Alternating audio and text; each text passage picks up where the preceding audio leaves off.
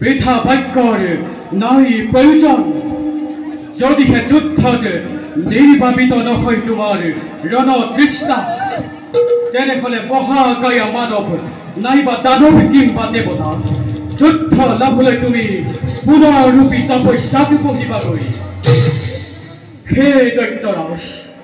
যুদ্ধৰ প্ৰাক মুহূৰ্তত কৰিছো আহ্বান বৃথা মৃত্যুক আলিঙ্গন কৰি কুমাৰ অনিৰুদ্ধক সমৰ্পণ কৰি